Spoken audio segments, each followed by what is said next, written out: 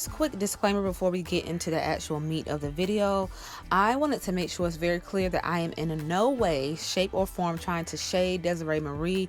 I respect her as another lock YouTuber and as another black woman, but I wanted to give my point of view as a person who proactively semi-freeforms and to give clarity on some of the points that she made, because it can come off as if semi-freeforming is the end-all be-all for some of the things that she quote-unquote warns people about as the hidden dangers of semi-freeforming, of course. So I just wanted to give my insight and maybe give a video reference for a lot of the comments that were made in her comment thread. She did mention that the points she made were not for people who semi-freeform, but for people who retwist on a regular basis as a way to try to warn them of what could happen, I guess, if they slip into semi-freeform territory. But I don't necessarily agree with some or maybe even all of her points. So I wanted to just give my insight, and if you're interested in any of that, stay tuned.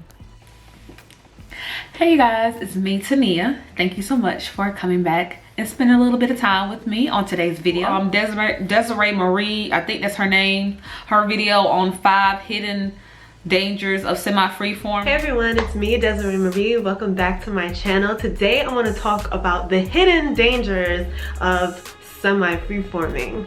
I know a lot of you all are looking at me like, girl, what? But I don't know if I necessarily agree with some or all of them, because at the end of the day my experience hasn't been that, and a lot of the experiences from people who commented on her thread of that video, they also kind of like, you know, they were saying the opposite of what she was saying. And while she's not a semi-freeformer, sometimes she does go a longer time between retweets.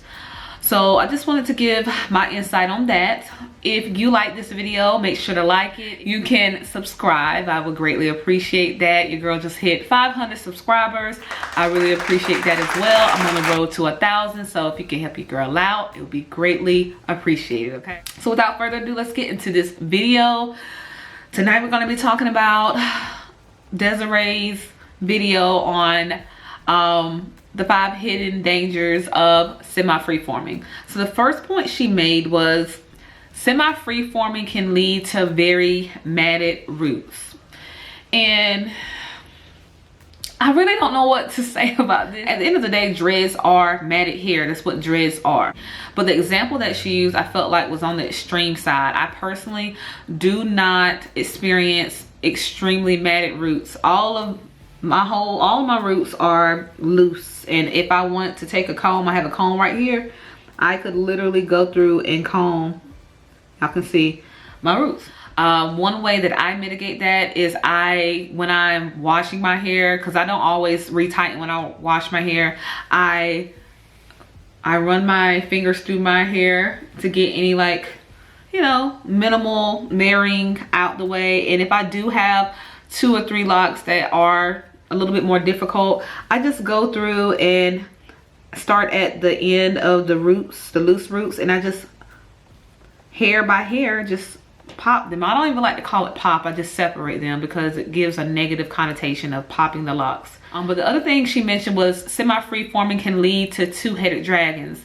And I'm like, okay, I think she said that because, kind of like what I already said, if you leave your hair like this, then it is a 2-headed dragon, I guess. But at the end of the day, if you're, you know, separating your roots, even as a semi-freeformer, you're not going to have two-headed dragons. You can get 2-headed dragons from, if you 2-strand twist start your locks. If they don't mat all the way down, you're going to have a 2-headed dragon.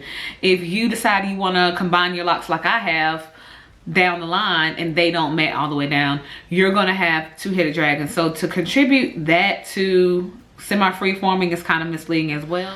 Also, she mentioned that separating the locks leads to thinning of the roots, which is misleading because if you do it properly, like I just showed you, you're not going to have thinning thinning roots, because I don't have thinning roots. Y'all can't even see my scalp, okay? The next thing she mentioned is if you retwist more often, you train your locks. I think this is different for everybody, because everybody's hair reacts differently when it grows out of the root into the locks.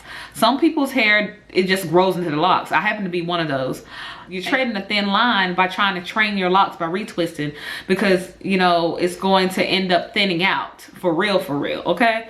So I think that if you get into that whole let me train my hair thing, you're kind of going down a dark path you might not want to go down, which can lead to thinning, which can defeat the whole purpose of you trying to grow out your locks. Flat locks. So she mentioned that she had a flat lock as a result of letting her hair do its thing a little bit longer between retwists. Now I did look this up. It did say that some contributors to flat locks include air drying, meaning like when your hair is still wet, you lay down on it, because it's not dry, it compresses down in that state and it could dry into that state, which could lead to flat locks. You don't have to semi-freeform to air dry. They also mentioned a semi-freeforming style. According to curlynewgrowth.com, one of the ways that a person can get flat locks is semi-freeforming. They attribute that to basically the person not shaping their locks, i.e., I'm assuming palm rolling, which adds to a cylindrical shape to the locks. So they're saying if you don't do that, then your locks have a higher likelihood of growing out to be flat.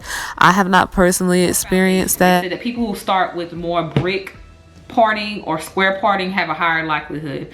Now, I wanted to touch base on those things because I think that the content, and it's not to dig on her, because I think, you know, to some people those points are very relevant and they'll take from it and add to their journey. She gave a disclaimer, but at the end of the day, it's like, okay, sis, you're reaching, okay? But her content is dope overall. I just wanted to give my insight as a semi-freeformer, as a person with healthy locks, as a semi-freeformer, as far as, and there's nothing wrong with matted hair if you're a freeformer, but as a semi-freeformer, like, all of my locks are separate, you know? But yeah, I just wanted to give my insight on that. And if you haven't checked out her video, check it out. And if you have any comments you want to leave as a result of watching my video after watching hers, you can do that in my comment section and we can start a discussion. But yeah, if you're semi-freeform, like, keep semi-freeforming. This is not a dig at Desiree. Once again, I just wanted to add my input. And you can check out her channel because she does have a lot of dope content. She's 3 years locked, I believe. If you like this video, like it, subscribe, and check out some of my other content: locks, mental health, fitness, and personal development. And until the next video, bye-bye.